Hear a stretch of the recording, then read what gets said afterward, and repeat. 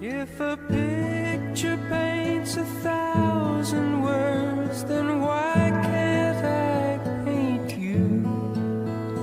The words will never show the you I've come to know. If a face could launch 1,000 ships, then where am I to go? There's no one home but you. You're all that's left me to. And when my love for life is running dry, you come and pour yourself on me. If a man could be two places at one time, I'd be with you tomorrow and today, beside you all the way. If the world should stop with all things spinning slowly down to die, I'd spend the end with you. And when the world was through, then one by one the stars would all go out. Then you and I would simply fly away.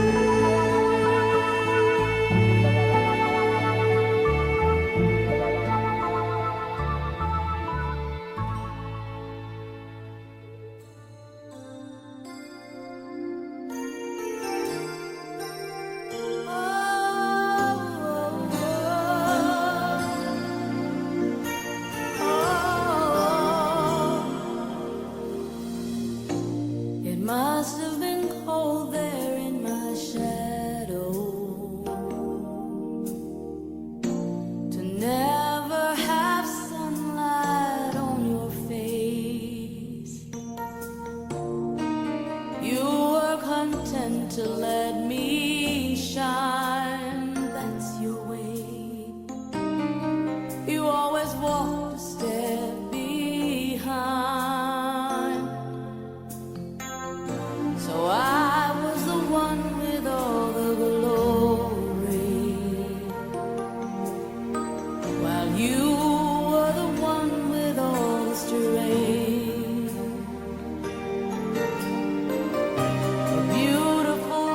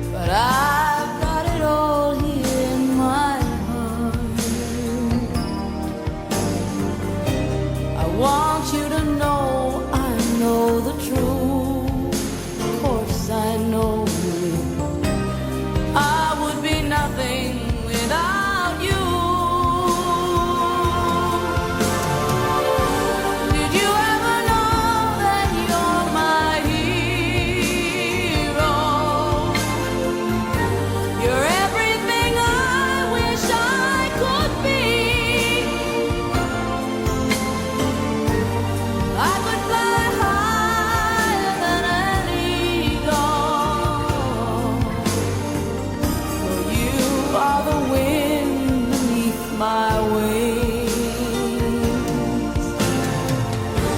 Did I ever tell you you're my hero? You're everything, everything I wish I could be. Oh, and I can fly higher than an eagle. You are the wind beneath my wings. 'Cause you are the wind beneath my wings. Oh, the wind beneath my wings. You are the wind beneath my wings. Fly,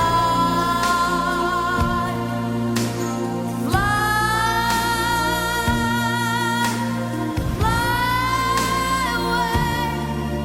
You let me fly so high. Oh, you, the wind beneath my wings. Oh,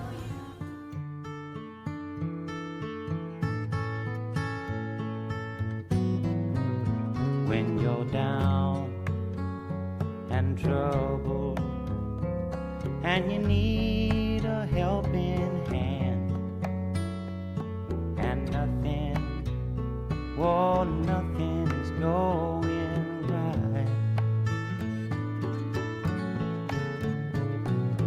Close your eyes and think of me, and soon I will be there to brighten up even your darkest night.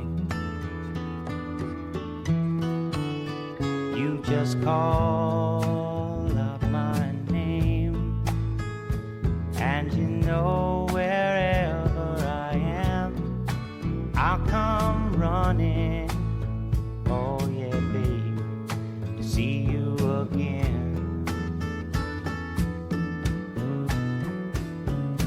Winter, spring, summer, or fall, now all you got to do is call, and I'll be there, yeah, yeah, yeah. You've got a friend.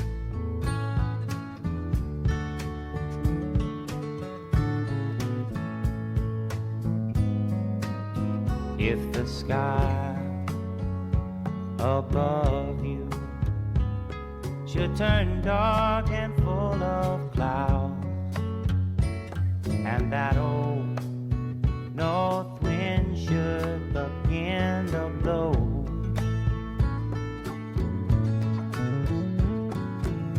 keep your head together and call my name out loud now. Soon I'll be knocking upon your door. You just call up my name, and you know wherever I am, I'll come running. Oh yes, I will see you again. Winter, spring, summer, or fall, yeah. All you got to do is call, and I'll be there, yeah, yeah, yeah. Hey, ain't it good to know that you've got a friend? People can be so cold, they'll hurt you and desert you. Well, they'll take your soul if you let them. Oh yeah, but don't you let them. for all those times you stood by me, for all the truth that you made me see, for all the joy you brought to my life, for all the wrong that you made right, for every dream you made come true, for all the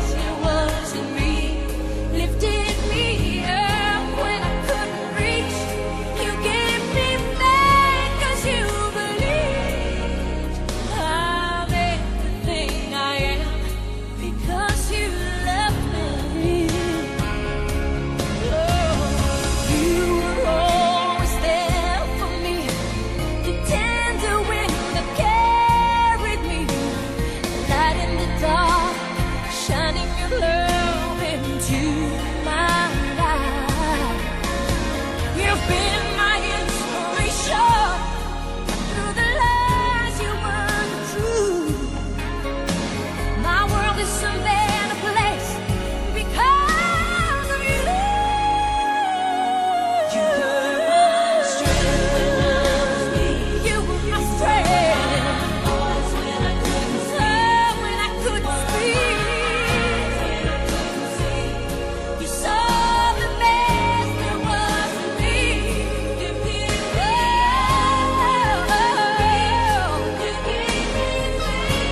You believed I'm everything I am because you love me.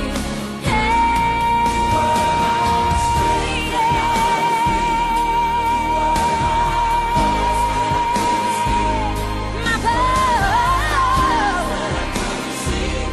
You saw the best there was in me.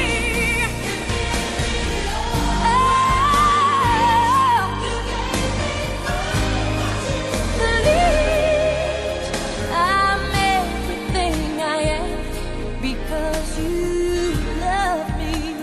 Oh, I'm everything I am because you loved me.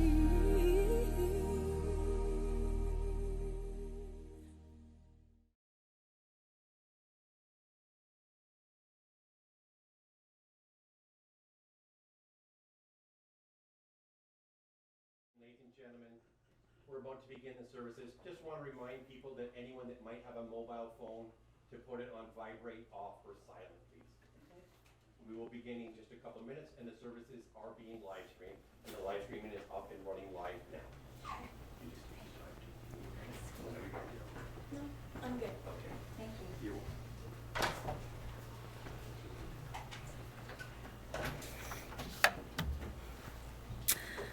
Good afternoon, and thank you all for coming today on what would have been David's 63rd birthday. I can't tell you how much it means to me to see so many people here to celebrate David's life, and I know there's a lot of people watching all over the world, literally, right now. I'm pretty sure that David's also watching us right now, and he's very happy to see so many friends and the faces of loved ones. I don't want this day to be all about sadness. Today, I want us to share our memories and our stories. We all have stories about David. In a life well lived, there are always so many stories. Most of you have heard some of the funniest ones, the ones about David swimming or vacuuming without clothes. We used to laugh until our cheeks hurt when he told them. Or the story about him hitchhiking across America at the tender age of 18 and agreeing with somebody who picked him up that he would drive the first 100 miles, even though he had never been behind the wheel of a car. Yes, there are so many funny, crazy David stories. But out of all the stories to tell, the one that I want to start off with is the story of us, the abbreviated version. It's my once upon a time story, the beginning of my fairy tale and his, and it's the story of how we started. As many of you know, I met David when I was 14. It was June 1981, 44 years ago. David had come to Lawrence Park Collegiate to enroll for the next school year. I had seen David around. He was there often. He had lots of friends. He was the guy who knew all of the good parties on the weekends. And for an insecure 14-year-old girl, he was a bit of a superstar.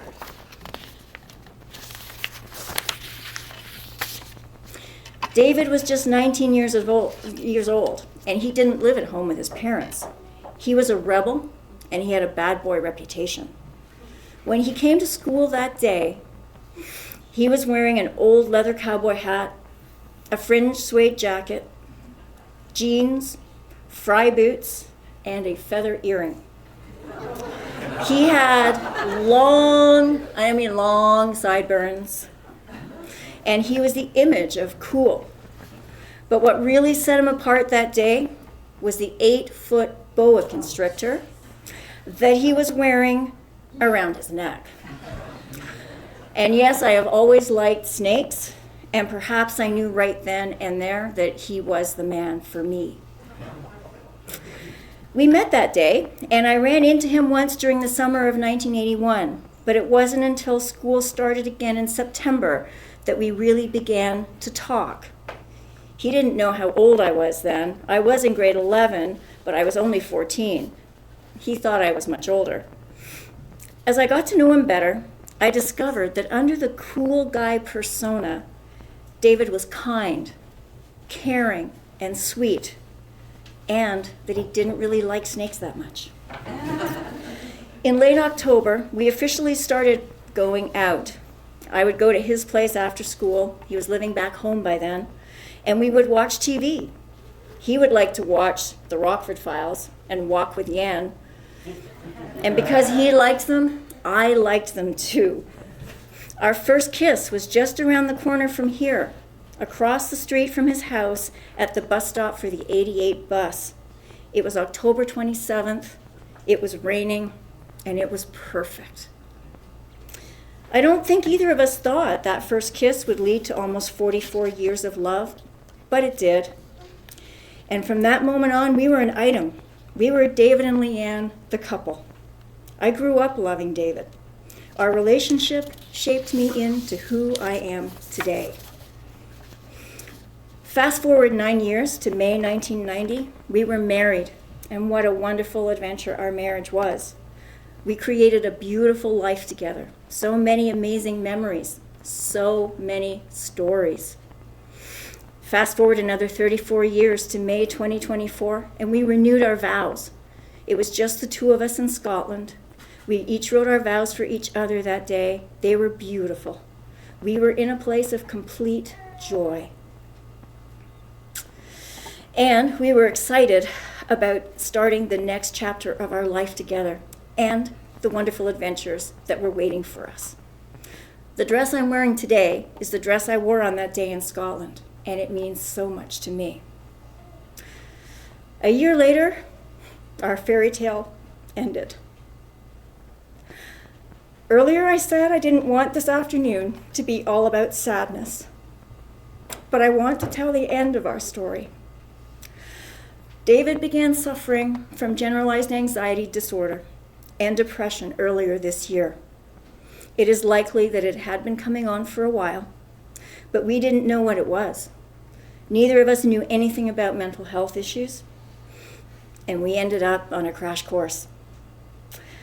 David was the most positive person I ever met. He was full of life. He lived to inspire and mentor others. He was tenacious, hardworking, self-motivated, competitive, and strong.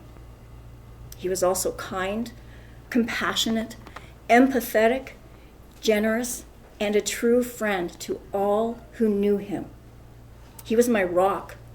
He was my best friend. He was my hero, my inspiration, and he was my soulmate. He had a full and wonderful life, and yet this disease was too much for him to bear. I want everyone to know that David was a fighter. He fought as hard as he could, and I had never been as proud of him as I was each day when he tried so hard just to be. David didn't win his fight against his illness, and too many people don't. Mental health cut short our fairy tale. My story continues with David, in spirit and forever in my heart. His courageous fight inspires me to carry on his legacy and try to help others every single day. If this could happen to David, it could happen to anybody. You may have seen the turquoise and purple ribbons when you came in today. They are suicide awareness ribbons. And I ask you each to take one. Please wear it to honor David. And afterwards, perhaps put it in a safe place. Your wallet, a trinket dish. And when you see it, please think about David. Remember his voice. Remember his laugh. Remember his smile. Because as long as we keep remembering David, he lives in our hearts. So happy birthday, baby. I love you, and I miss you so much. I love you yesterday, today, tomorrow, and always. The song we're about to play was one that became meaningful to David and I over the past few months during his illness. It was one of the newest additions to David's playlist, and so I want to play it for you now. Robbie Williams, Angels.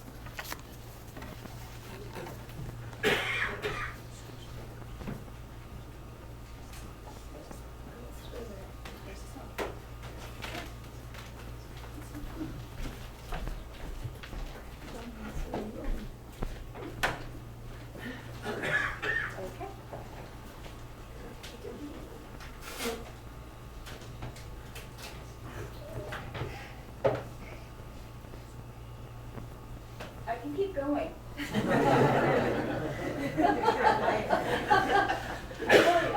really don't want me to sing it. It's all supposed to just happen when I ask questions, so.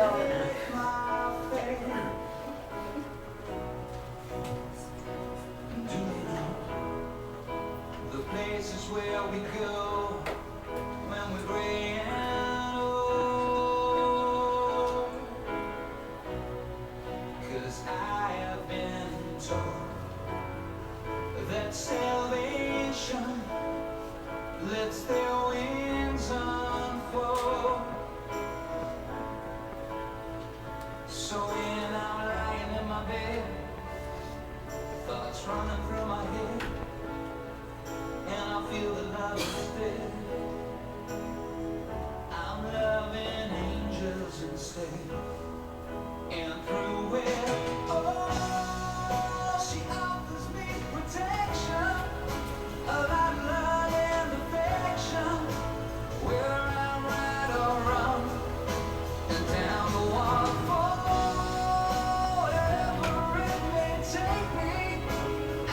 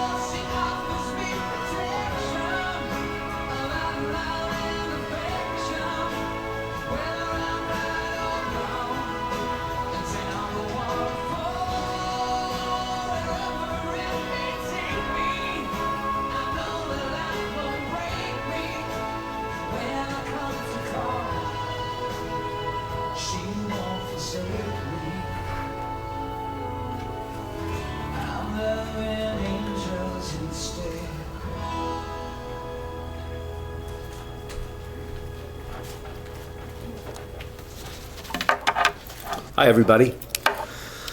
My name is Alan Grinberg, and first, before we even get started, let's just look at this lovely lady who spoke so eloquently and on such a difficult day.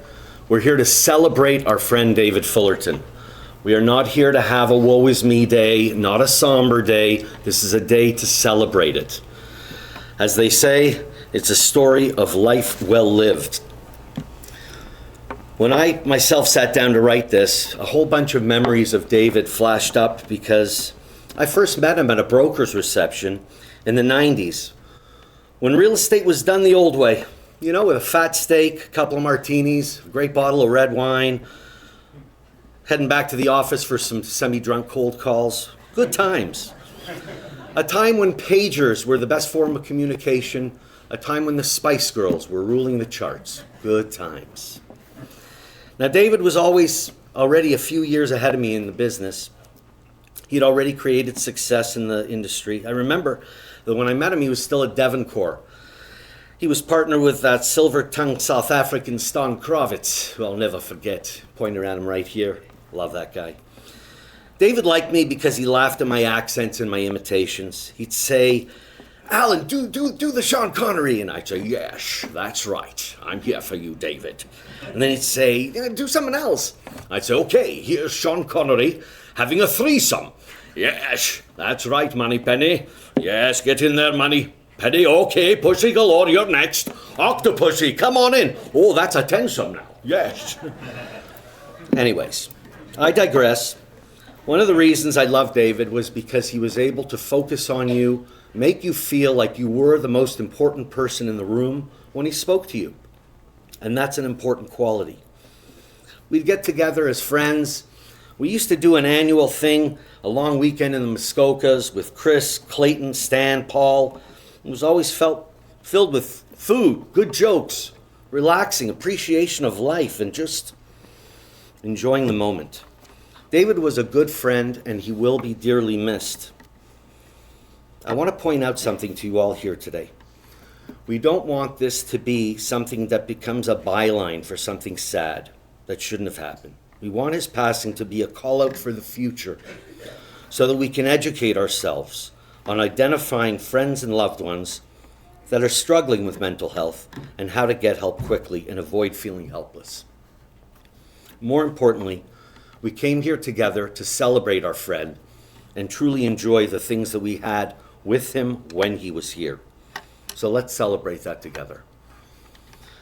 Our first speaker that I'm going to have to call up with pleasure is a friend of David's and Leanne's that he knew from the early days, I guess when it was still called Coldwell Banker, and that's Mr. Jeff Friedman. Is he here? Yes, he is. Thank you.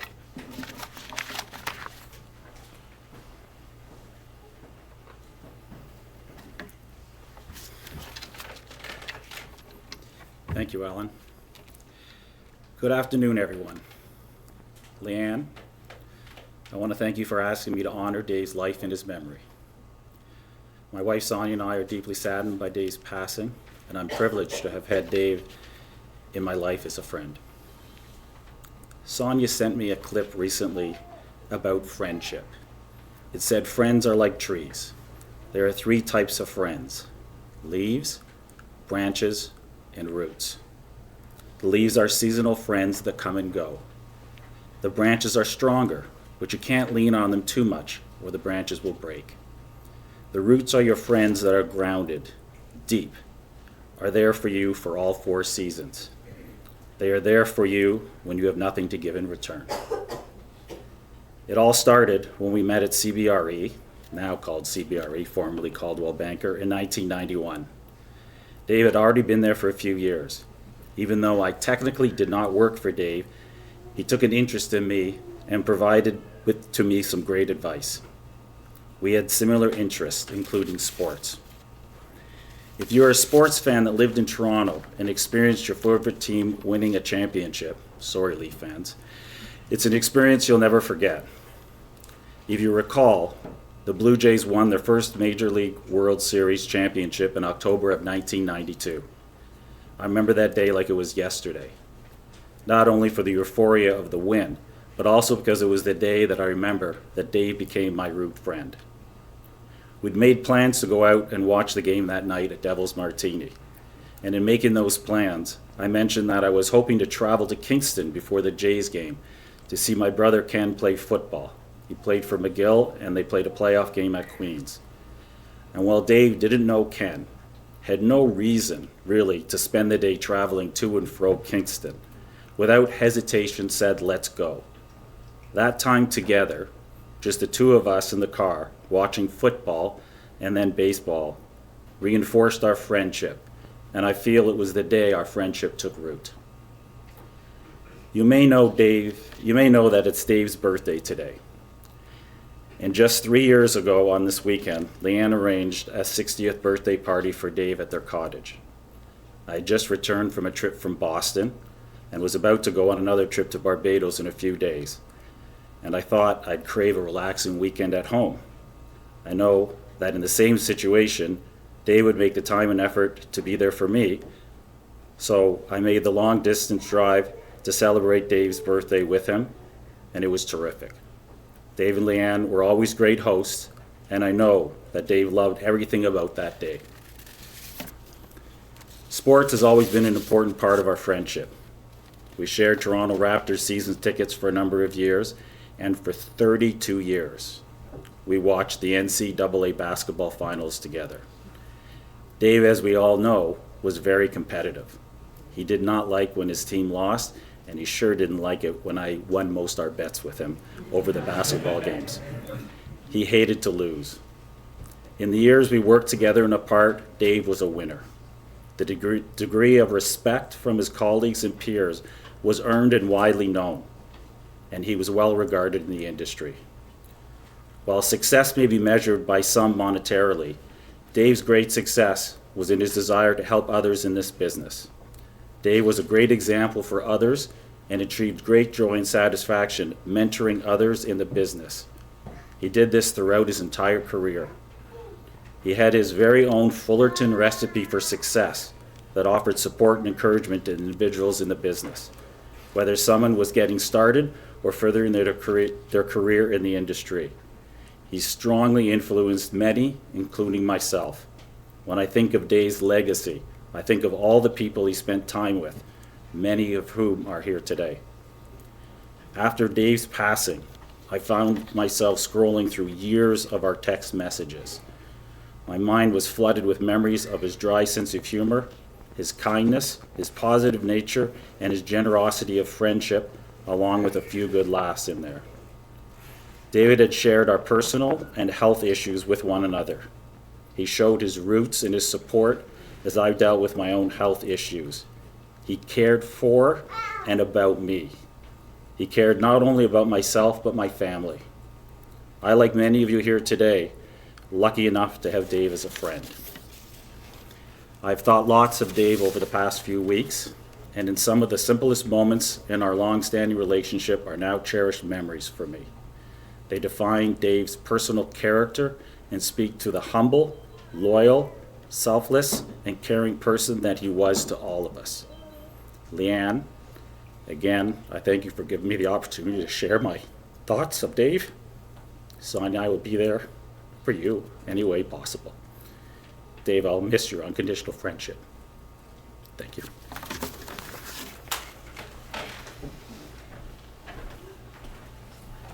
Thank you very much, Jeff.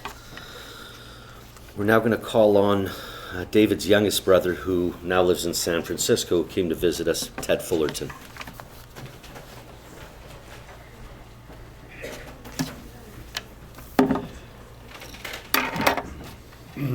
Let me introduce you to my family. I'm the youngest of four, David's little brother. My daughter, his niece, Amy, is here too to celebrate his wonderful life. We're all here to celebrate David, whom we miss every day. I want to tell you about one of my fondest memories of my big brother. David was 6 years older than me and was a protective older brother. I was in grade 10, living on a lake in Calgary, and I decided to hit the toboggan hill across the water. Out of nowhere, a grade 12 football player came up and punches me in the face for no reason at all. I stumble home with a bloody nose, and David, cool as ever, says, "Why don't you introduce me to this guy?" Now, David was smaller, but he strutted up with confidence and asked, "Did you punch my brother in the face? Did he provoke you?" The guy said no to both, and then Dave decided to let loose. They rolled down the hill, David on top, shouting, "Don't you ever touch my brother again." From then on, I walked the school halls with no problem. All throughout my life, David was there, watching my back and fighting for it too. I was over the moon when I heard that David and Leanne snagged a place in Arizona. Another fond memory I have of David is when I was visiting him and Leanne in Arizona. While we were there, we hit a local bar. This guy randomly jumps up to belt out a custom song, "Welcome Me from the Bay Area." I turned to David and asked, "Who is that?" And David, with a huge smile on his face, says, "I brought out the mayor to sing for you." That was my brother, who always made sure I felt welcome and was truly the life of the party. David was a fantastic uncle to my daughter. On many occasions, Amy and I would visit David and Leanne down in Arizona. On one of those visits, and when Amy was only 13, David said, "Let's hit the clubhouse and go for a drive." We get to the clubhouse, and he tells Amy to hop into the BMW X5 and drive in circles all by herself. Not only was David a great older brother, but he was also a caring uncle who always knew how to connect with his nieces and nephews. When I heard he was feeling down, I jumped on a flight from California, booking 12 days to be by his side.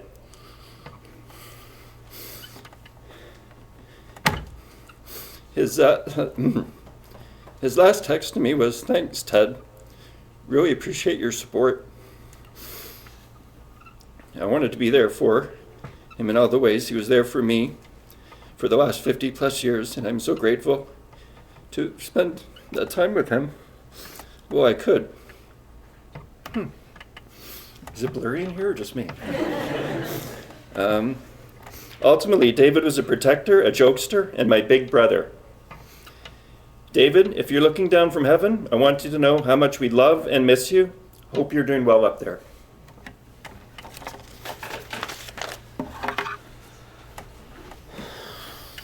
Thank you very much, Ted. Beautiful words.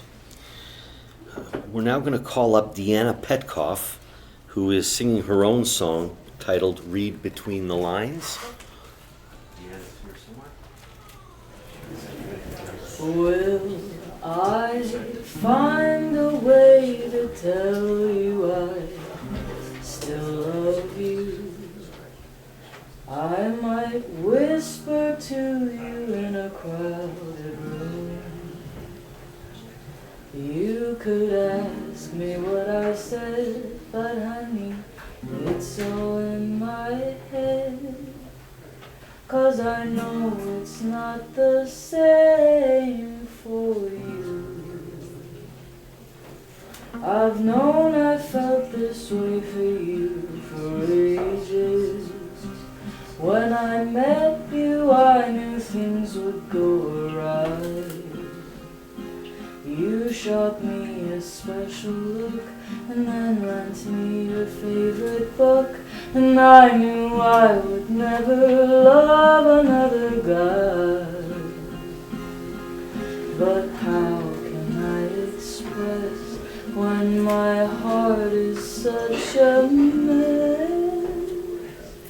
I love you till the day I die. Please don't make me ask you if you feel the same, 'cause I don't want a receipt or proof of much to be happy just to see you. Whenever you are ready, so am I. Read between the lines.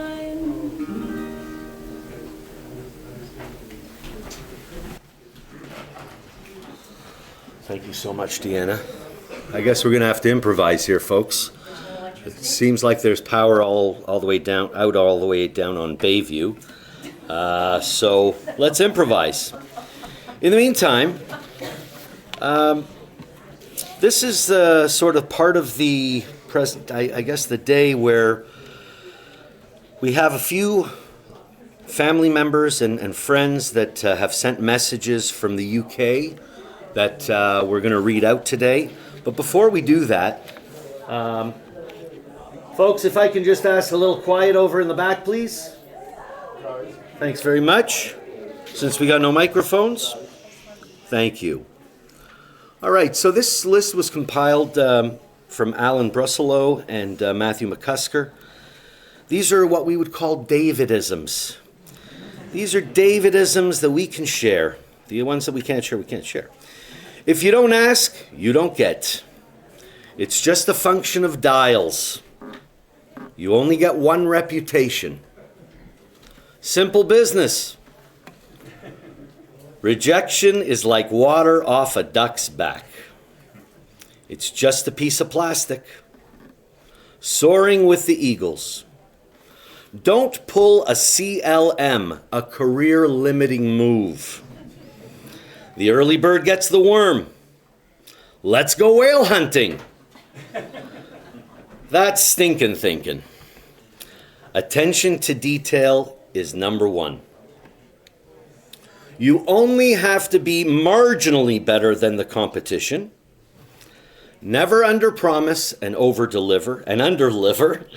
Less is more. Most electrifying team in commercial real estate. Back to the ranch. Don't forget to always build the fort. Onwards and upwards. The dream team. Is that a gimme? Buddy. And my favorite, plank. Where? Plank? David loved his planks.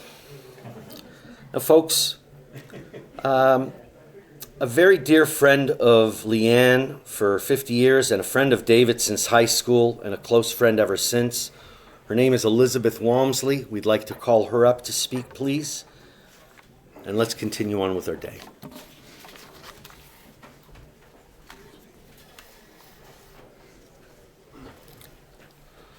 I'm going to help you out over here, so if that works. Thank you.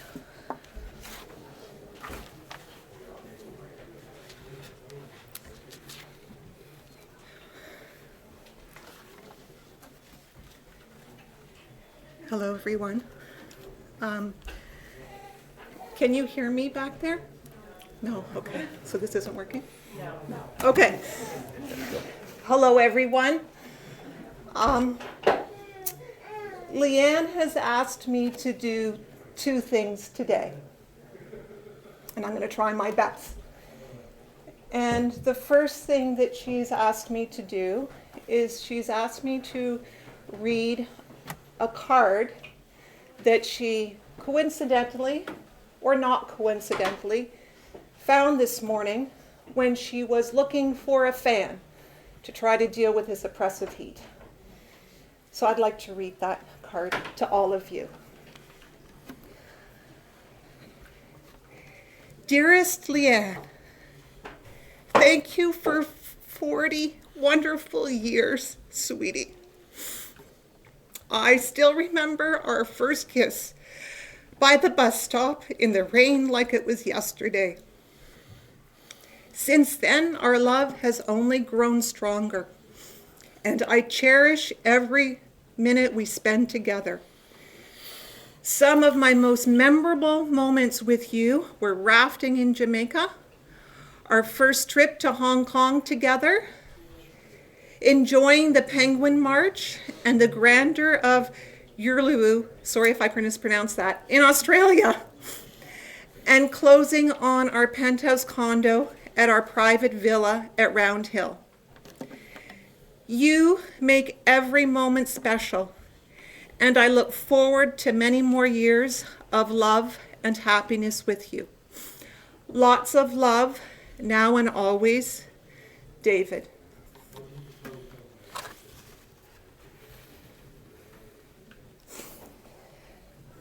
The second thing I would like to do for Leanne is talk to you a little bit about the boy in the man. And that brings me back to our teenage years.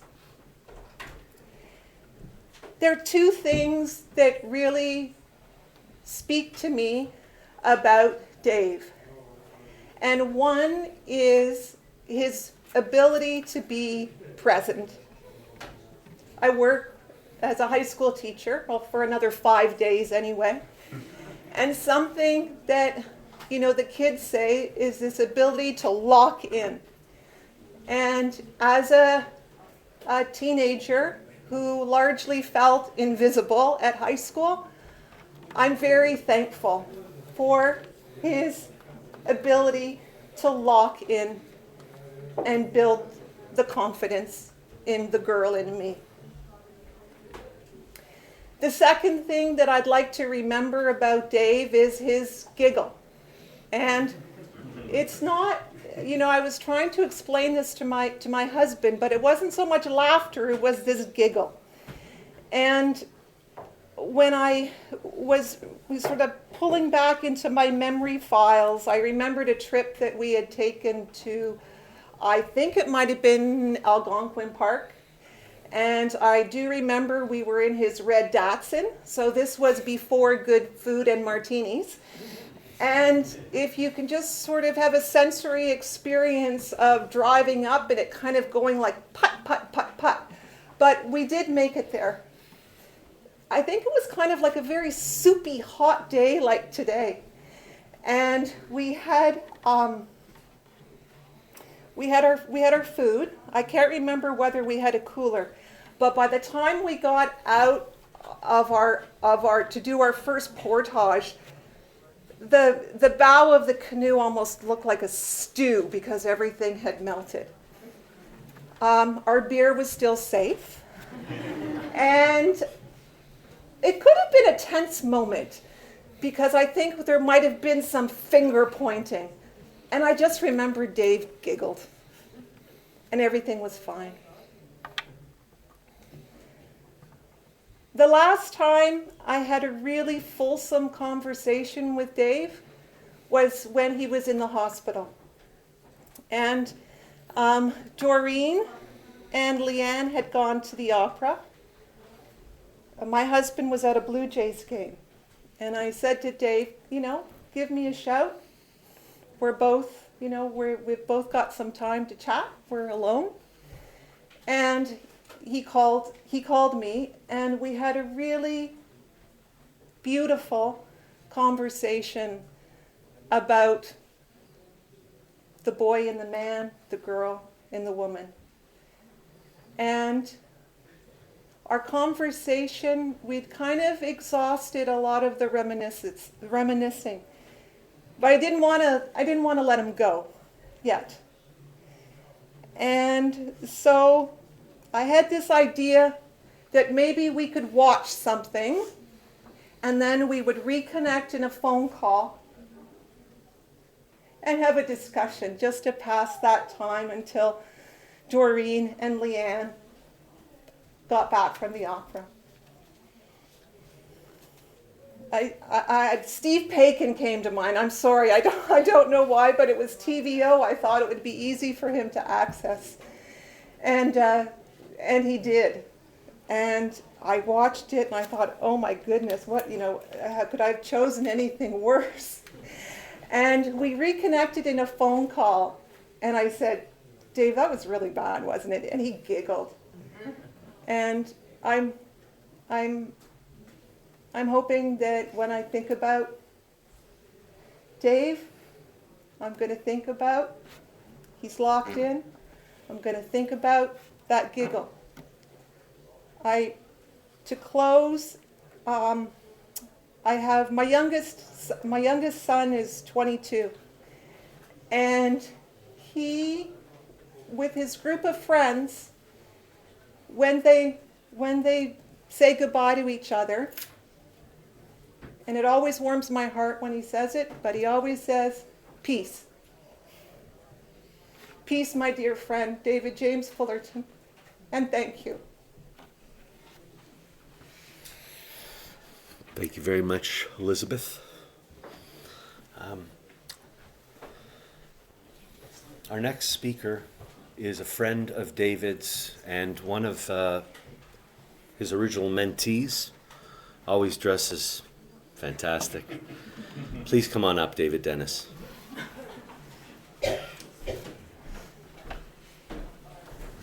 Thanks, Alan. Please, I'll let you use that if you want. That's helpful. Leanne, Doreen, Dave's family, friends, colleagues, mentees, and so many friendly competitors. I've had the privilege over the last month to spend a lot of time with Leanne as she goes through the most difficult journey she has ever had to take. We've laughed, we've cried, reliving stories of Dave and trying to make some sense of a loss so unexpected, unreal, and so tragic. When asked to participate, I struggled how to say goodbye to my dear friend after 34 years of memories. How can I say goodbye to my dear friend, mentor, voice of calm, pragmatic help, who has always been there for me and for so many of us here? I shared with a friend in our industry how we often channel Dave in our business approaches and often utilize his voice when presenting ideas as he taught us. How many times have we heard, "This is David Fullerton"? I hear his voice calling me Dave-os, and always offering his guidance and reassurance no matter what the circumstances of our lives, as I know he spoke to many of us here today. How can you say goodbye to a friend who is always there, whether we saw each other a lot during life's changes and busy schedules or not? Dave was always there, always made himself available, and was always happy to spend time together and to offer his calm love and support. And then I had the most remarkable awareness that I cannot and will never say goodbye to a friend who has had such an impact on my personal and professional life. And that in fact, I'm here today not to say goodbye, but to say thank you. Above all else, thank you, Dave. Back in 1991, after a brief interview at what was then Coldwell Banker, changed the name to CB Commercial, and is known as CBRE today, after we were gone, I was told that I could join the firm immediately, and that I would be a perfect fit for a young team of guys, the Daves, who emulated the hard work, discipline, and ambition that I shared. Now, our manager didn't tell me at the time that Dave had only been in the business a little while, and really hadn't had the years of experience that you might expect from a mentor-mentee relationship.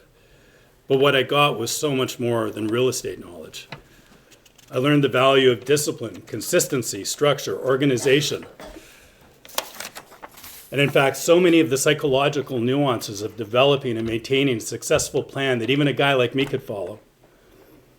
We quickly became so much more than colleagues, working full days, usually followed by a long workout at the Cambridge Club or at his condo gym. Whether training for a long distance run, weight training, he was always in the lead, and I always followed, just trying to keep up with his strength and stamina to push myself beyond my own limits. Thank you, Dave, for teaching me the power of discipline, persistence, and strength.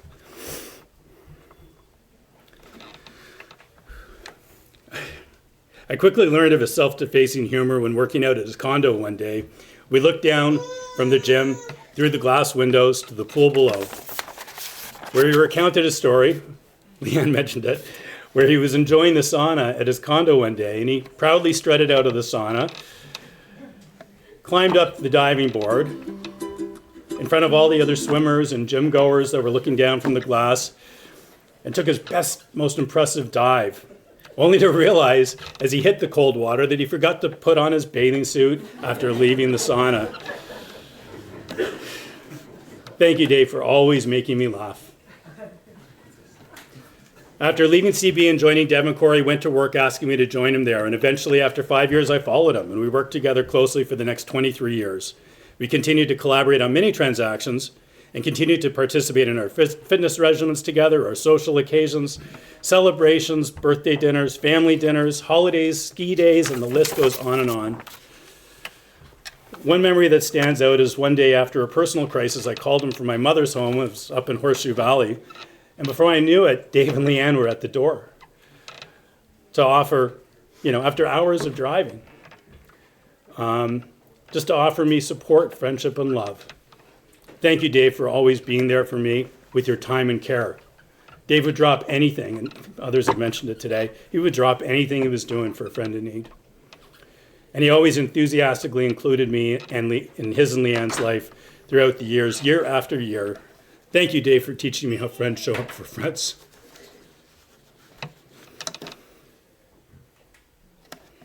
During our years at Devoncore, he would often show up at my door and ask me to head down to Starbucks and take a break from work. He'd pry me away from my desk.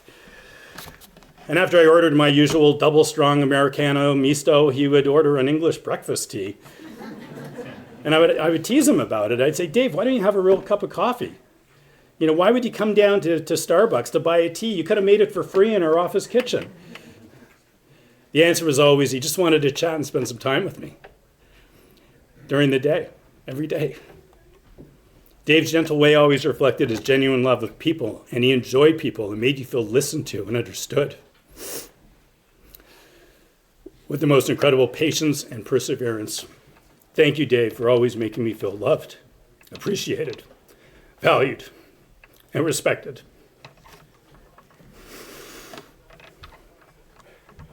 Dave's office was always completely organized, from his files, his spreadsheets, his pens, his papers, everything had its place. His financial calculators, his countless top performance awards, neatly laid out by year, and his beloved collection of porcelain dogs. And he'd have them neatly arranged on his credenza in order that Leanne would give it to him. So occasionally, I would have a little fun by sneaking to his office when he wasn't there, and I would change the order of a couple of the figurines just to see if he would notice. Every single time, within minutes of him returning to the office, they'd be returned to their original position with no comment or reaction. He knew who was doing it. I never recall seeing him angry or frustrated, and he could take a joke as well as he could play one on others without ever seeming affected or disturbed. Thank you, Dave, for teaching me patience and calm and the power of not reacting. We often skied together and spent time together up in Collingwood. We learned the hard way one year that you had to thaw out a frozen turkey before putting it in the oven if you hope to eat dinner and not get salmonella poisoning before January 2nd. Dave could take those moguls. If anybody saw him ski, he took them like a pro. And as in most things, I would only follow slowly behind him, always encouraged by him to push a little bit beyond my own limits, limiting beliefs, and inspired by his abilities, strengths, and stamina. As anyone who golfed with Dave knows, you don't have to have the most perfect, beautiful golf swing to hit the ball long, straight, and consistently, hole after hole to win the game.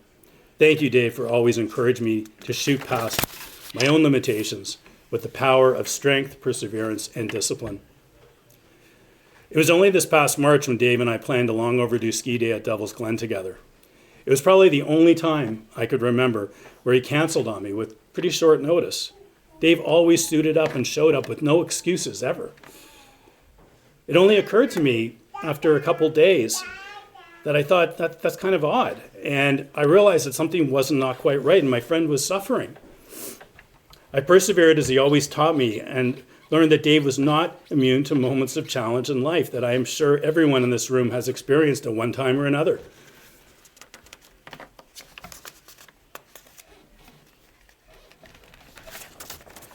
We spoke many times in the following months, and in his usual stoic way, I never really understood how deeply he was suffering.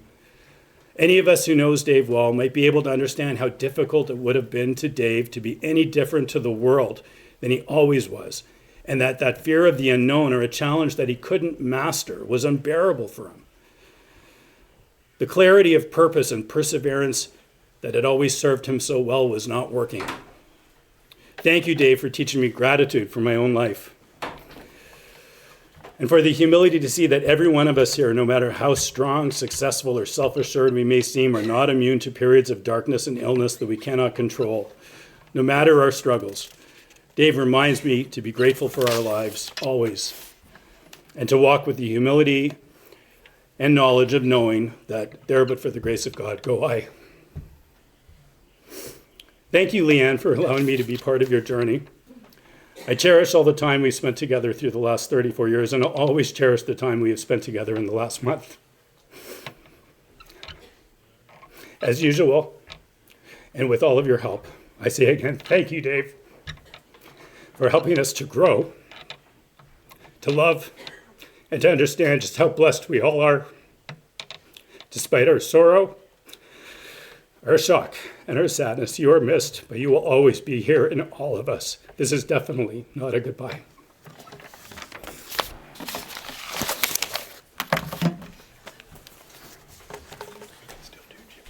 We can, yeah. Great. Perfect. We have, we thought we had some force majeure going on over here for those in real estate, but it seems as though we can play the song.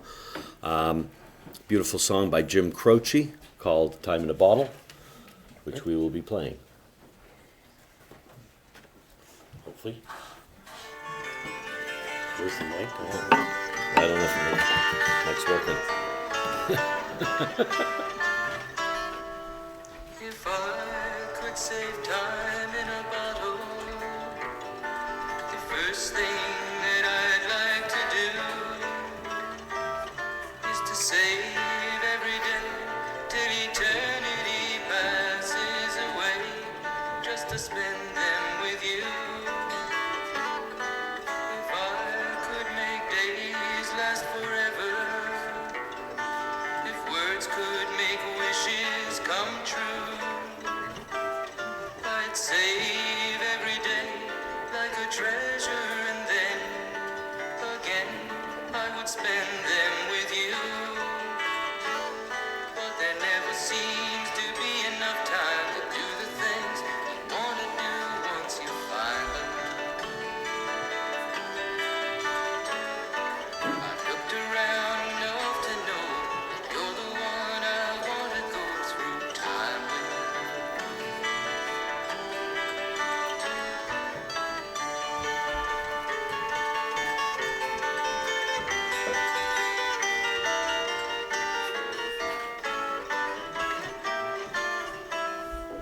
If I had a box just for wishes and dreams that had never come true, the box would be empty except for the memory of how they were answered by you. But there never seems to be enough time to do the things you want to do once you find them. Looked around enough to know you're the one I want to go through time with.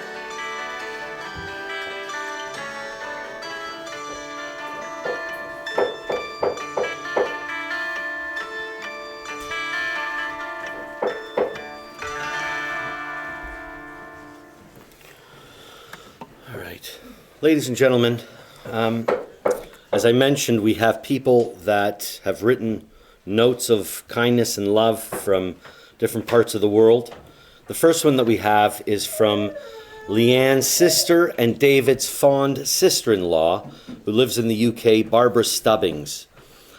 I have known David ever since he married my sister many years ago, but I have got to know him better in the last 15 to 20 years, especially since Leanne, David, and Doreen have been coming over to England almost every year. I agree. My first impression of David was somebody who had excellent manners and was very kind. We have a saying in England that manners maketh man, and that first impression has always stayed the same. David was a lovely man. I believe David was reluctant to come to England at first because of our poor weather, thinking that it always rained, but I think to his surprise he realized that we do have some wonderful sunny days in England. We all got pleasure from visiting many of the beautiful gardens and houses that England has to offer. One of the visits that comes to mind was when we went to feed the alpacas, and of course, that day the heavens opened and it poured with rain, which resulted in us and the alpacas getting very wet indeed. Another place we went to was the recent nuclear bunker, which obviously is not a secret anymore. A lot of fun was had trying to old military clothes on. We also learned a lot more about the Cold War. We have many happy memories visiting different places when they were with us. David always enjoyed the beautiful walks we have from our house, being a country location situated midway between London and Cambridge. Sounds like a real estate offering. Last year, my husband Bob decided we would take down our Union Jack flag, and in honor of David's visit, we would put up the Canadian flag. David was part of our extended English family. Learning of his passing, we were all so saddened and shocked and still find it unbelievable that we will not see him again. We will always remember David in our prayers and with love. My family thank him for the wonderful memories we will cherish. Our thoughts, and of course, with my sister Leanne, Doreen, and David's family and friends at this time. I recently went to Canada to support my sister Leanne and stepmother Doreen, and after spending 2 weeks with them, I feel saddened that I could not do or also be at this memorial for David, but hope that these few words express some of our feelings that his English family feel. Lots of love, Barbara and Bob Stubbings, my son Roland and his family, and my daughter Charlotte and her family. We also have a note from Charlotte DeWild, who is Leanne's niece, Barbara's daughter. We will dearly miss Uncle David, our kind, funny, friendly, competitive Canadian. Our family has such fond memories of his time visiting us in England. He enjoyed a fierce game of table tennis and chess, and a good run around the block with Will. Always good-natured, always happy to wander around a few centuries-old ruins on a day out and enjoy nice pub meals in the evenings. Uncomplicated and easy company. We are sad that our time with this lovely man has come to an end. Forever in our hearts, Charlotte, Harry, Grace, and Will DeWild, Kent, England. And lastly on this, a note from Roland Marsh, who is Leanne's nephew, son of Barbara Stubbings. I was fortunate to meet Uncle David on many occasions on his visits to England, though often all too briefly. I took an instant liking to him as he was a very likable guy. I found him to be a warm-hearted, very intelligent man with a great sense of humor, as well as being easygoing and humble, and a true gentleman and a rare combination. I always wanted to take him out for a beer with the lads, which I think he would have enjoyed, although it may have gotten me into hot water with Leanne, and I always thought there was going to be plenty of time to do so. Very sadly, this will never come to be. His passing all too soon leaves a huge chasm behind him, and he will be sorely missed by anybody that was fortunate enough to have met him. My heart goes out to Leanne and Doreen and all his family and friends. He will be mourned, but never forgotten. My thoughts and prayers are with you all. Roland.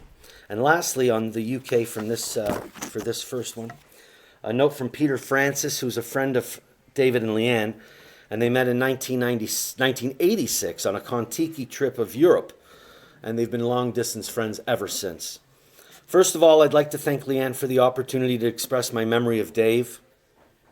Dave and I met in 1986 through Europe whilst on the same tour. From our very first interaction, there was an instant friendship, which has been the basis of countless unforgettable memories. There was a sense of easiness to our friendship from the very outset, a feeling that I had already known Dave for a long time. This feeling never left and is something which I will continue to always cherish. Dave had many wonderful qualities. He was kind, true, loyal, and generous to all who were lucky enough to know him. Dave and I lived just about as far away as two people could live from one another on Earth, but we always kept in contact from our respective sides of the world. I loved our chats on Facebook Messenger and our catch-up calls every Christmas. I will specifically always treasure our calls from back in the old days when I would constantly forget about the time difference and phone Dave and Leanne at 2 a.m. Dave, you will always be in my heart, and I will never forget you until the next time we meet.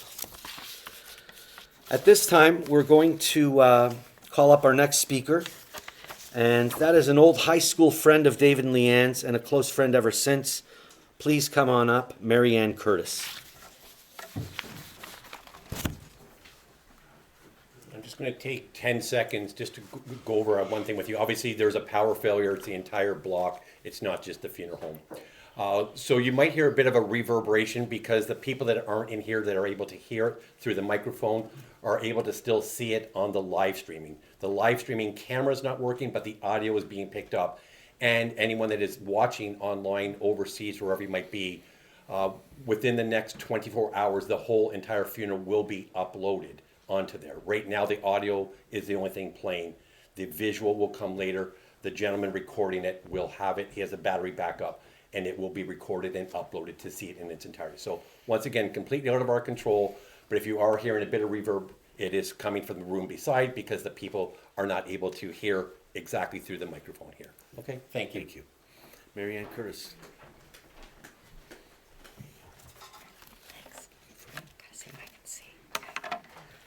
Hi, everyone. As mentioned, my name's Mary Ann Curtis, and I'd like to share with you a few of my memories of Dave. I met Dave back in the early 80s when we were in high school at Lawrence Park. When I first met Dave, I thought, what a crazy guy he was. He was a bit infamous at Lawrence Park when he first arrived on the scene. This was the guy who showed up after all at school with a huge snake around his neck. And I just assumed he was quite the party guy. This boyfriend was not going to last long, in my opinion. I thought, what the heck is Leanne doing with him?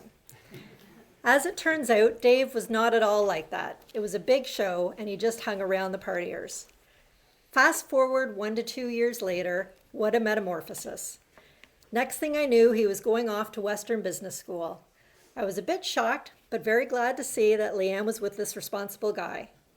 Our friendship really got cemented after I had reconnected with Leanne when we were both at Ryerson, she in radio and television, and I was in the business program there. Dave and Leanne frequently came up to our cottage in the Kawarthas and up to the family chalet in Collingwood, where we skied together at Georgian Peaks. Dave and Leanne made the best guests, and everyone loved having them come up to visit. Dave and Leanne were the co-MCs at my wedding at Egan Ridge in 1992. Dave showed us what a funny guy that he could be, and he made the perfect MC and kept everyone laughing. When I had my first daughter, Brooke, and then Lauren, and it was time to pick godparents, I couldn't think of a better role model and friend than Dave had become. And he was the godfather to not one, but both of my girls. Frequently, the kids and I would come down and visit at the condo at Harborfront and go swimming there. And Dave, you stole my story about the diving board. But the kids would laugh to no end, knowing when Dave said he'd go up in the diving board, realize midway through that he didn't have his shorts on, and come on down. I figured it was his years at UCC where apparently they didn't wear bathing suits back then, and he just got used to that feeling. Dave never forgot a birthday or special occasion and always reached out, not just with a text or email, but by always picking up the phone and making personal contact. He had a way of making everyone feel very special. There was really not a bad thing that you could say about Dave. When my first marriage crashed and burned, Dave was really there to help pick me up, and we got even closer. I really appreciated how he took me under his wing during that difficult time. He would take me out downtown just to get back out there. I remember a special time of how I was included when they first moved into the penthouse condo, and the three of us got takeout Thai food to go celebrate. We ate on the floor as there was no furniture, but it was really special. They were still coming up to the family cottage frequently, but starting to look for their own cottage. I was very happy that they didn't end up in the Muskokas, as was the initial plan, but found their beautiful cottage very close to our cottage over on Balsam Lake. It was wonderful knowing that they were so close by. Wedding number 2, and Dave and Leanne came to Jamaica with Ross and I, and they were the maid of honor and best man. It was great continuing on our journey of friendship that had started in high school 20 years earlier. Dave was the one who suggested that my husband and I come down to Arizona to celebrate my 50th birthday. Dave went out of his way to make sure that we celebrated in style. It was a very special trip. And in 2019, we traveled to Barcelona together and shared many great travel experiences there. When Leanne attempted a few ladies' weekends, Dave would always end up participating as an honorary guest and join the celebration. The ladies didn't mind, and it was always great to have him there and be part of those. For so many Thanksgivings, Easters, Christmases, birthdays, weddings, and general parties, Dave always made it a part to come celebrate with our family over the decades. I'm so happy that I had so many special connections with Dave this past year. From my daughter Lauren's wedding last summer, the 40-year Lawrence Park reunion last September, Thanksgiving at our cottage on Sturgeon, and the Fullerton Christmas party at Balsam Lake. This past January, many of us from Lawrence Park got together to see our friend Al play at the Smoke Show, the old Chicken Deli. I knew that Dave was not feeling the greatest at that point, but he made it out, and you honestly would not have known he was going through anything. He had his smile on and connected with everybody there. I got a text from Dave March 11th this year, which was the first time that he had reached out, saying that he had been struggling with anxiety issues. He said the meds hopefully would kick in soon and provide some relief. He apologized for not reaching out sooner, but that it had been a challenging time for him the past few weeks. He said to say hello to Ross and the rest of the family, and that he missed me. On May 9th, we traded messages again, and he ended with, "Look forward to seeing you soon." That was the last time that I connected with him. I'll share with you an interesting experience I had a couple of weeks after Dave had passed. I was sitting at my computer trying to erase some files off my hard drive as it was getting full. I found a video file that was unnamed. I have no idea how it got on the computer. It had come over from Facebook somehow, and I clicked on it. And Dave's smiling face popped up in front of me. It was a video back from over 10 years ago, 2014, when everyone was doing those ALS ice bucket challenges. He was looking very happy and handsome and about to do the challenge, then called out to challenge me to do the same. It felt as though Dave was reaching out and sending me a message. It was truly like a hello from him from beyond.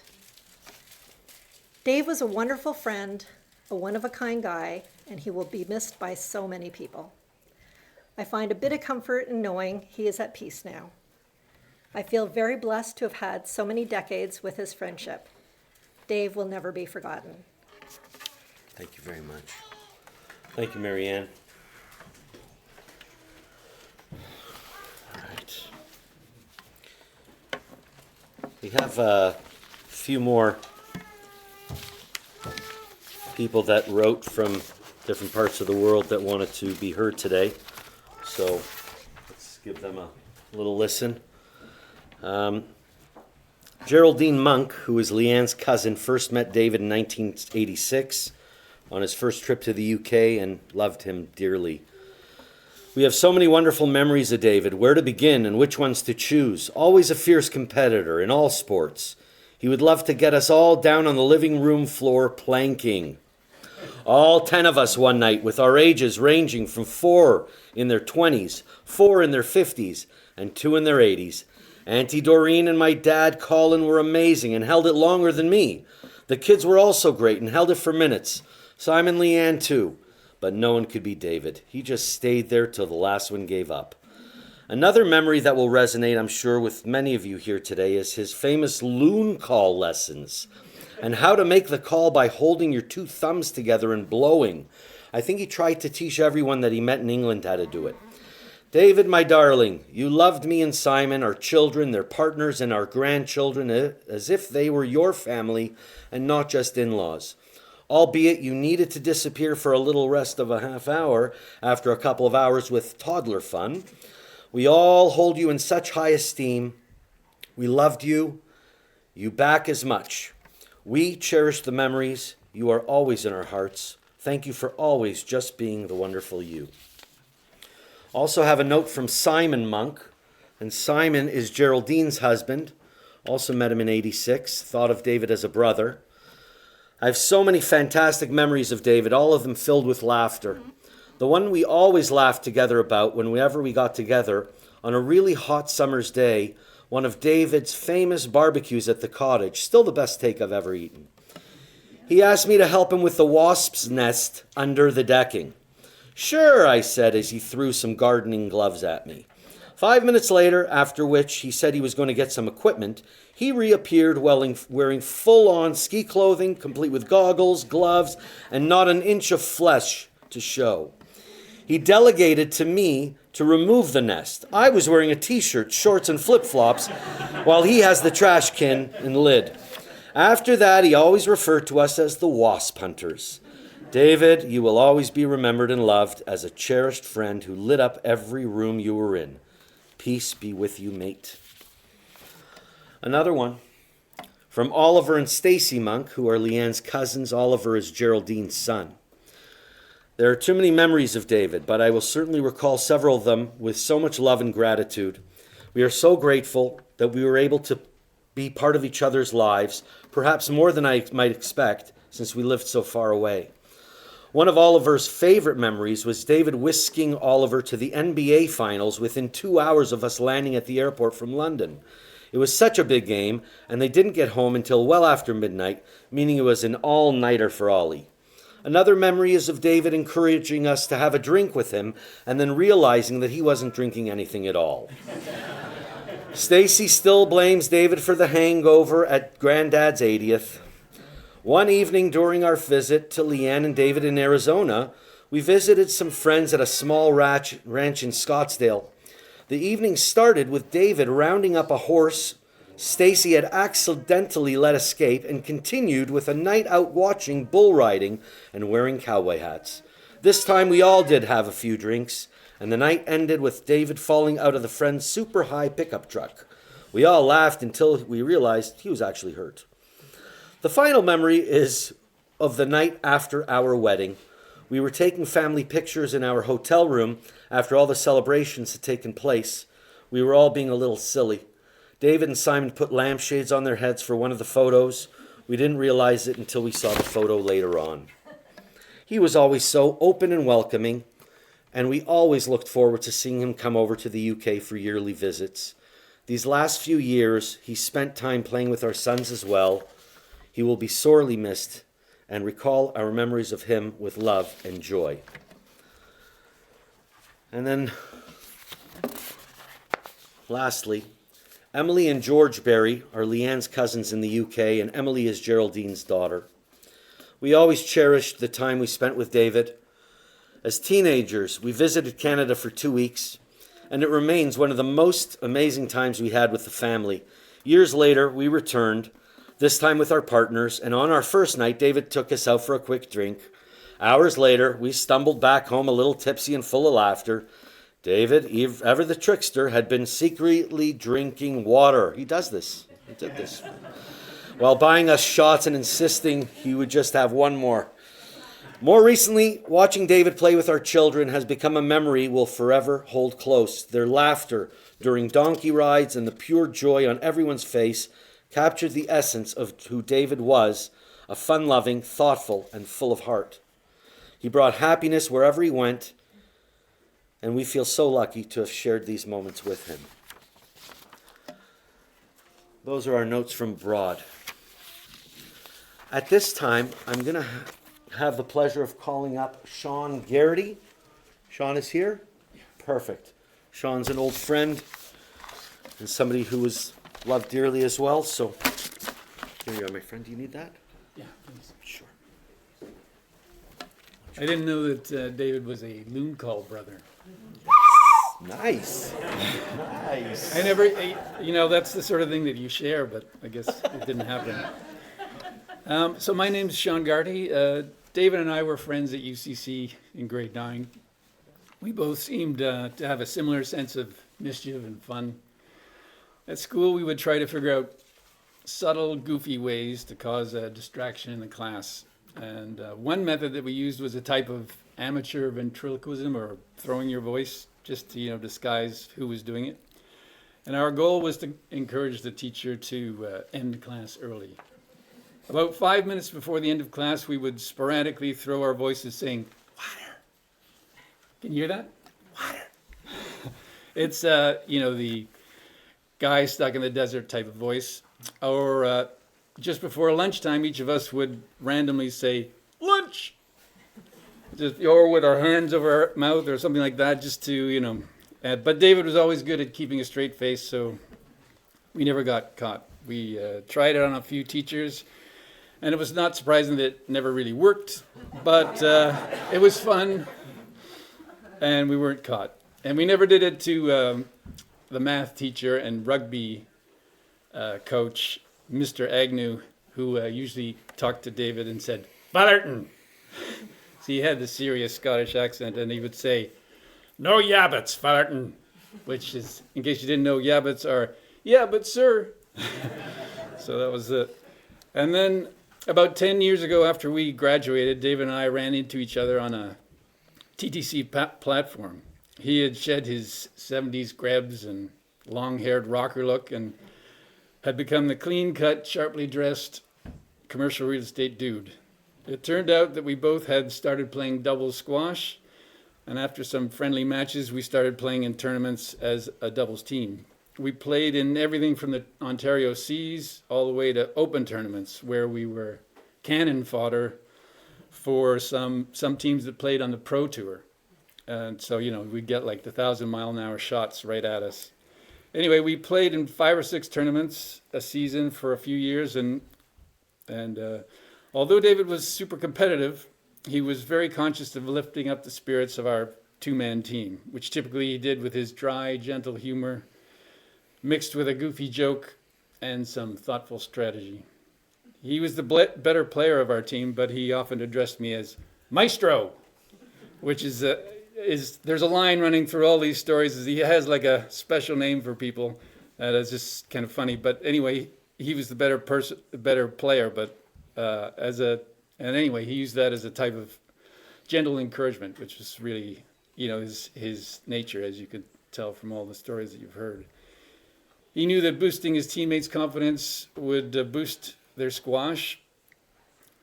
And David was not the most elegant player in the tournaments, but he was very efficient with a short swing and a great eye that helped him to make few racket errors. He never beat himself. You had to beat him, or you'd hit the ball to me. He seemed to be good at every racket sport he took up. One time he played tennis, which David said he hadn't really played much of, but he surprised me with how good his tennis was despite his inexperience.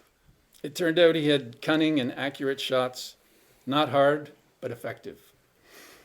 With anything David did, he brought along his dry sense of humor to lighten up the occasion.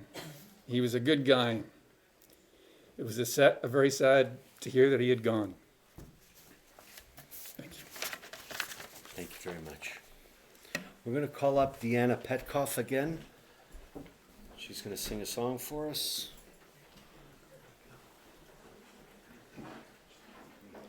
We doing some Pink Floyd over here? Doing some Pink Floyd. Very nice. Acoustic. Pink Floyd. Because it was meant to be heard.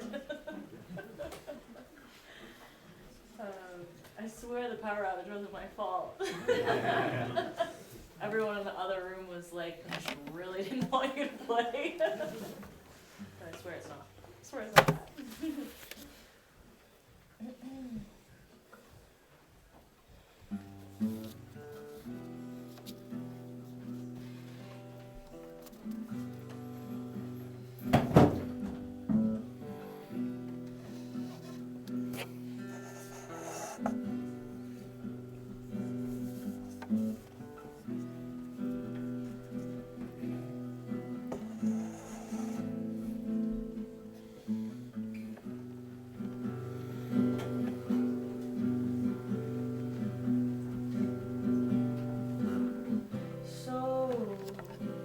So you think you can tell heaven from hell, blue skies from pain?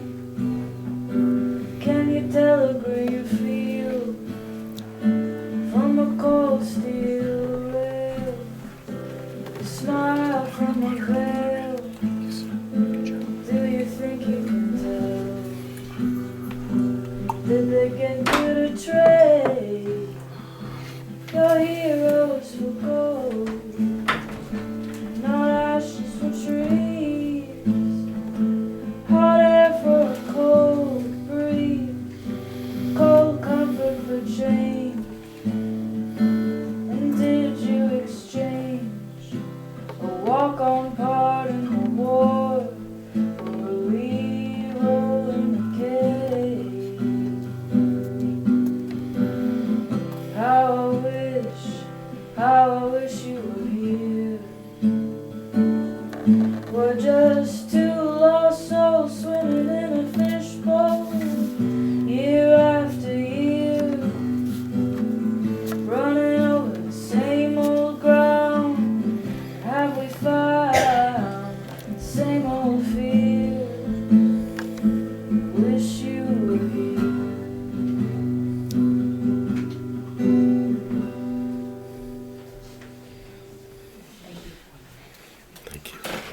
Thank you, Deanna.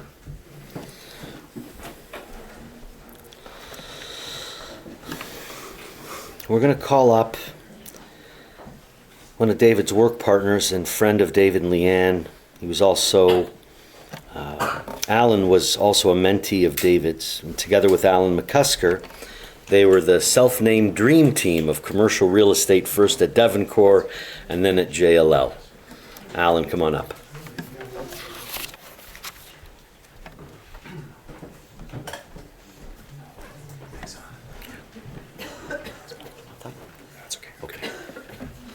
Okay, well, I guess David always liked a good sweat and a good workout, so I feel like we're doing one last boot camp together.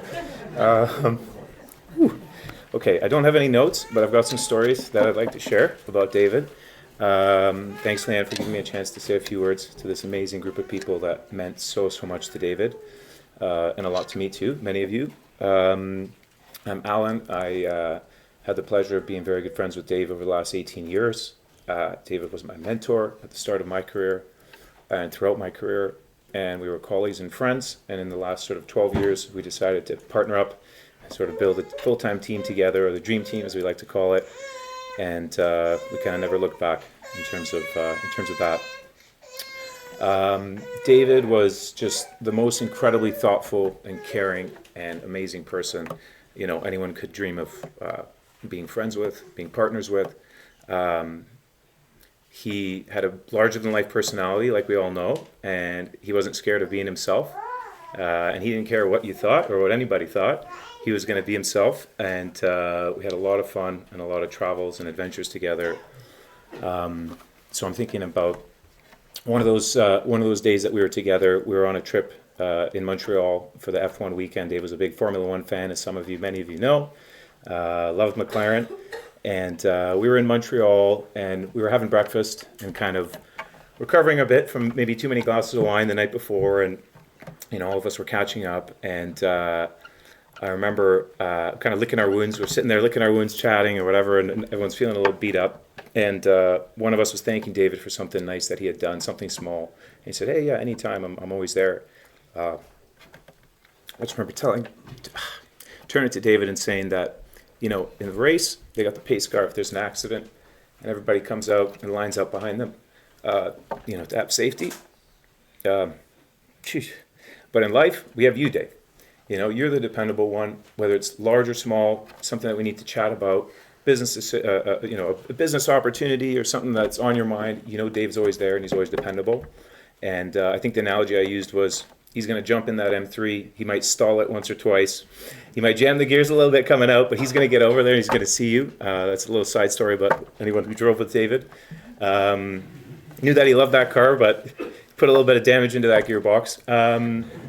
But anyways, I know that story meant something to Dave because we'd come back to it every now and then. Dave was incredibly thoughtful, and he did so much for me personally, but so much for, you know, people in his life, right? Like David was the kind of person he could be at a lunch with a friend or a client or a colleague or someone he's having a tense negotiation with. He could have a meeting with them, and he would always send a note within a couple hours. The over-under was about 3 hours, that he'd send a thank you note and just acknowledge the time they spent and, you know, how much it meant to him. But there's a story that stands out for me, and it's something he did for Matt. He did these kinds of things for people all the time. But with Matt, who we've had the joy of working with over the last 8 years, Matt got he received a glowing reference letter from a client. He had gone above and beyond and done such an awesome job for them. And just classic Dave, what does he do? He prints that email off on a fresh sheet of paper, marches into our sales meeting, which is like a meeting we have as brokers every couple weeks where we kind of talk about all the work we're doing and pontificate about why we're so great and all that jazz. But Dave's agenda that day was one thing. And when it was his turn to speak, he read that email line for line. And you could just see, how proud he was and what it meant to him. And, you know, he was like a proud dad in a moment like that. And it was just so sweet and thoughtful. And it was all those little things that David did that, you know, just added up to the incredible person he was. He liked to have a lot of fun, as we know. And, you know, if you were going to go to him and Leanne's condo, you were going to meet the Don. And if you don't know who the Don was until you got there, well, the Don Julio was going to open and you were going to have a shot. You have to check on Dave because if his shot, if you weren't looking at him, his shot was going here or maybe there, but your shot was going here. And so was the second or the third shot as well. He made sure of that. But we had a ton of fun, and we traveled a lot. There was another trip we were on with our wives. It happened to also be a Formula One related event, but we went to Abu Dhabi together as a group, the four of us. We had a wonderful trip, and just like a little moment, but it's the end of the race. The fireworks are going off. It's the end of the season. Everyone's partying. We're walking the track and checking it out, and even like the drivers are out, and people are kind of, having a ball. And we get to the end of the track, and there's this private yacht club at the back with all the beautiful boats. And people are mulling about, but there's a big bouncer there standing there. He's not letting anybody in. Maybe the odd person, with some wristbands or something. And we were sort of hanging out for a second there, and we were like, I guess we're going to get going. And Dave's like, hold on. Let me take a look at this, And he goes up to the bouncer and says, hey, I'd like to get to my boat, please. And the bouncer looks at him kind of like, oh, come on. And he's like, no, I'm Sheikh Fullerton. I'd like to get to my boat, with a big smile on his face. And he gives him a little wink, right? And, we're kind of, the bouncer didn't know what to do, had a big laugh. And he turned around and I said, go ahead, go have a good time. And he opens the door. We went into the little VIP area. We spent the rest of the night having an absolute blast. And, of course, what does Dave, turns to me and says, buddy, if you don't ask, you don't get, right? And Dave just wanted to, have a better night. He wanted us to have a better night. And those are little things that he would always do. But the last story I want to share is just something kind of personal for him and I. When I started in the business, I was a kid. I was green behind the ears, as they say. I didn't know much about anything. And I remember Dave used to call me for that first 6 months, he called me the music guy. Because I told him I played guitar and piano, and I love music, but I was a business major. But the reason why I said that, he said, yeah, you're kind of disorganized, and we got to really work on you. We're going to have to, put some real work on you because you're kind of all over the place, and we got to get you whipped into shape. So that's exactly what David did. For the first 12 months, he proceeded to whip me into shape, taught me all the X's and O's and the ins and outs of the industry that we worked in, and what it meant to be successful in that industry.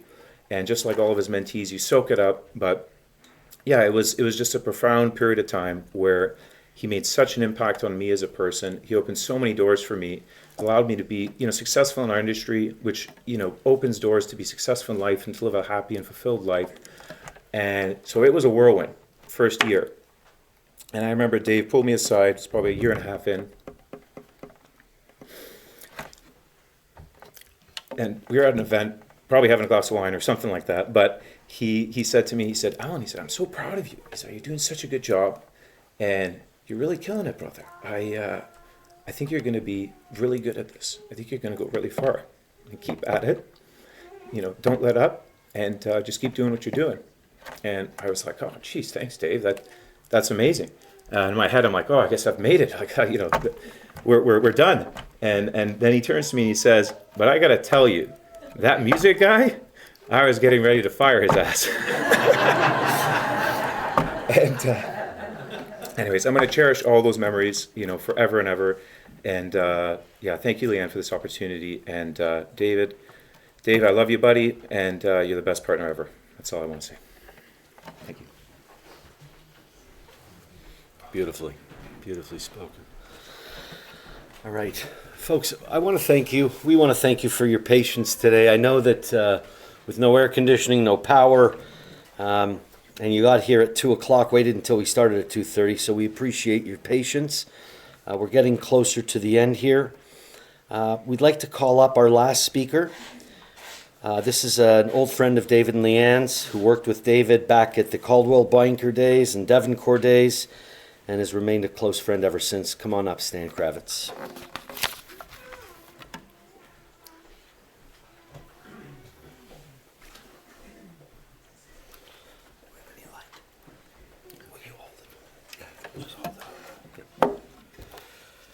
Leanne, thank you so much for including me today. We've heard over and over again today's Dave's birthday. It's also literally 35 years since I met him. And I know the day because not only was it his birthday, but it was the CBRE Golf Day. I can't believe that 35 years have gone. We've celebrated so many of life's milestones together.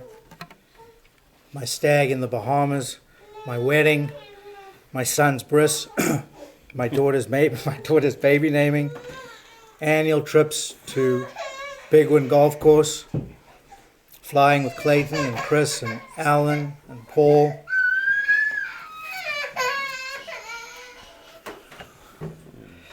We worked together at CBRE and then 8 years together at Devoncore. Clients always recognized our different skill sets, but they always recognized our chemistry. And when we pitched together, we never lost. Until one day, David decided to actually explain the chemistry. Big mistake. What he meant to say was that he was the detail guy and I was the big picture guy. But what he said was, he's the detail guy and Stan's the broad brush. A mixed metaphor that the client didn't understand and one we didn't get. That was Sanofi, and I'm going to go off script because on the way down here today, I was actually driving down Dufferin Street. And to get here, it was absolutely clear that I was to take Dufferin. But something told me to make a left at Steele's. And that's not where we'd made the pitch, and I had no idea that that was Sanofi, and that's where we turned around. And somebody on my right shoulder was saying, "I'm still here with you, buddy." And it was the weirdest experience. David is the most reliable friend. Never missed a birthday.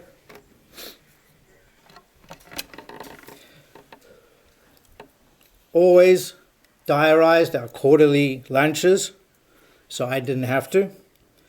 And I'm very fortunate to have spent a week with David and Leanne at our house in Costa Rica, and with you and Dave walking the beaches in Miami right at the end of last year.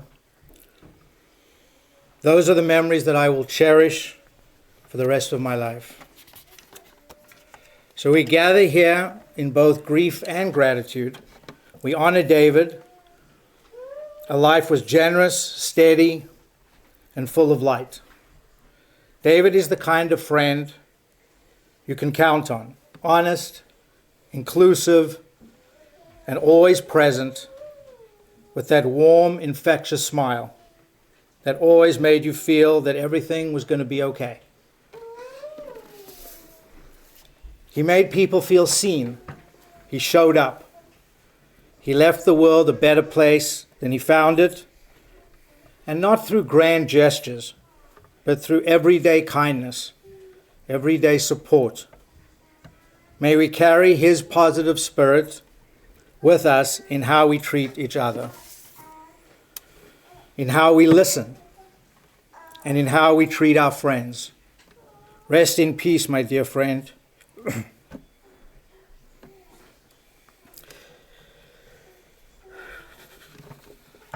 You'll always be remembered and always missed.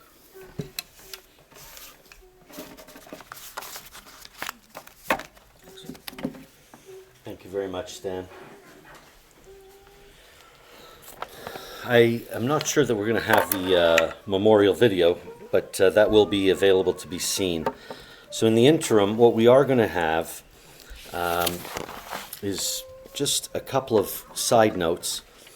We were going to show you a memorial video that was compiled by Leanne that will be able to be seen on stream later. However, we just wanted to announce a few things. First, David was taken much too soon, and he still had much to give. He leaves behind a legacy of friendship. He leaves behind a legacy of inspiration with all of his mentees in commercial real estate. His legacy is going to continue. Leanne will be creating a scholarship with the Ivy School of Business in David's name to assist new business students embarking on their career path. Leanne and David's company, JLL Canada, will be working together on fundraising initiatives to assist survivors of suicide loss and other mental health initiatives. We would also like to thank, Leanne would like to thank Jonathan Peretz from Jones Lang LaSalle for all of his continuing support. She'd also like to thank the many people who have assisted her during this sad time, for all the meals delivered to her, for all the beautiful flowers, for all the cards and messages. Leanne would like to thank you.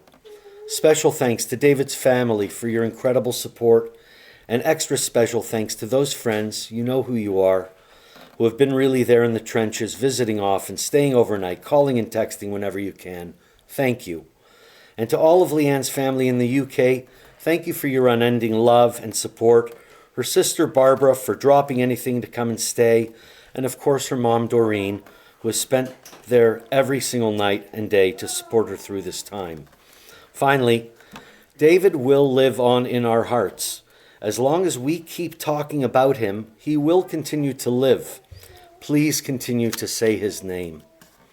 Now, before we break for the day and start to memorialize our friend, Leanne has asked me to basically hold an open forum here.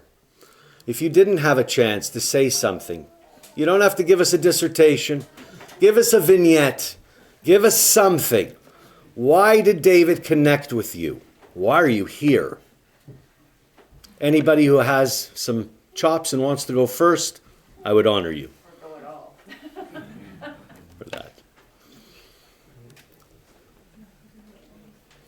What'll you bidden by? 5 and a 40, 45. I got somebody over here. Okay. Come on down. We got her. Risa Quilliam, please. So my husband and I, Chris Quilliam, have been in their lives for so long. So Chris and Leanne worked together, and that's how we met Leanne, and David. So we have 3 daughters. So they watched our children grow up. They're now 30 and 28 respectively, and you guys are such a huge part of their lives, and David will always be part of them. And I thank you. He recently came to Texas. One of our daughters got married in Austin. It was so beautiful that they came to our daughter's wedding. And we're so thankful. When I was doing my speech, it was so hot, like this day, hot. Remember, Leanne, how hot it was? So hot. And I'm standing there and I look out, and standing up is David. David was always there. I would see David. And it brought so much help and support for me. And then when Leanne did the galas, does anybody remember all the galas that she did? My husband was doing the teleprompting. David knew, I live in Mississauga. He knew I was getting ready, and he's like, Lisa, I'm gonna come and pick you up, because you should not be driving down. I'm gonna come all the way from Toronto to Mississauga to pick you up. And he did that many times. He's always there. So I will always remember it and always be a part of our lives. And we love you, and thank you. Thank you, Risa. Your memory will forever be blessed. You will be blessed. Thank you, David. Thank you, Risa. Anybody else? Hi there. What's your name? I'm Debbie Hansen. My husband Gene and I drove from Wisconsin to be here. Wow. And because Leanne and David mean a lot to us. I first want to say we don't have a long period of knowing them. We met in Arizona. We have homes together in Terra Vita. And I can't even remember the first time we met there, if it was Janie's, if it was golfing, if it was going out, but it was at the Buffalo Chip. Gene says he has a good memory. But one thing that I want to say is, before we would leave to go to Arizona, we would celebrate my mom's birthday mid-October with a big Thanksgiving dinner, because I knew we wouldn't turn around and go back for American Thanksgiving. And I found out through Leanne that, well, that's Canadian Thanksgiving, the weekend you're doing it. I was like, oh, that's kind of cool. And I said, well, would you like to come to our house for American Thanksgiving? And she and David came. And last year in November, I had knee replacement surgery, and I was a mess. It was like the week before. And they came, and I got up, I made the turkey, but they brought everything else. It was really great friends. Oh, Miss David, and happy to be here. Thank you very much. Anybody else? Hi, I'm Claire. I'm from Indian Point. So when we moved to Indian Point in 2016, the day we moved in was the day of the big picnic. And we went over to the park and we didn't know anyone. And we just, looking around, all these people are chatting and know each other. And out came David to us. He was the president. Started chatting to us. My name is Paul Fullerton. He'll always be our president. Thank you. Anybody? Yes, hi there. What's your name? Kevin Haverty. Oh yeah, I know Kevin Haverty. I love that guy. I just don't recognize that guy. You look so good. I started at CD in January of '90, and Dave started 2 months later. So we did all our sales training and everything together. So I knew him from the early days of what was again Coldwell Banker. You've heard many stories. I ended up working on the institutional side of real estate for about 12 years, and you get to deal with a lot of different brokers. And you get to learn what their different tells are. Some in this room, I just sort of, when I see them, I sort of think of what they are. And I won't share. I won't give those away. But when I started in the business, one of the people who hired me had said that you only have two things. The South African gentleman, you have your reputation and your integrity. And somehow I think David heard that as well, and you've heard today. He was just the most honest, straightforward, great guy to do business with, whether a colleague in brokerage or working as a landlord, working with him, or he was representing his clients. But his tell, Dave could never even slightly fib or tell a lie. And so it was almost like a game, but are you sure that's it, David? I think you should go back and ask if we get this. And like, no, Kevin, this is where it's at. No, really, I think you should. Oh, fine, I'll go back. And I just know that he just always hated someone asking him the question because he was just so forward. So I could just do that smile. Sure. I'll get back to you later, and off he went. So he'll be incredibly missed in the industry, and I know that his reputation and integrity lasted, and he's obviously taught many others that same lesson, as you've heard from others today. Agreed. Thank you very much. Agreed. Ladies and gentlemen, this is the conclusion of this event. I want to thank everybody for coming. My suggestion to you is this. It's easy to show up at an event like this and then remember your friend. It takes 2 seconds once in a while to pick up the phone and text Leanne. Say hi, how you doing? Check in. Believe me, it doesn't matter right now because everybody's around her.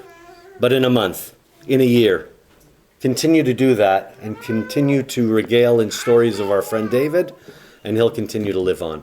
I want to thank everybody for coming today. Thank you.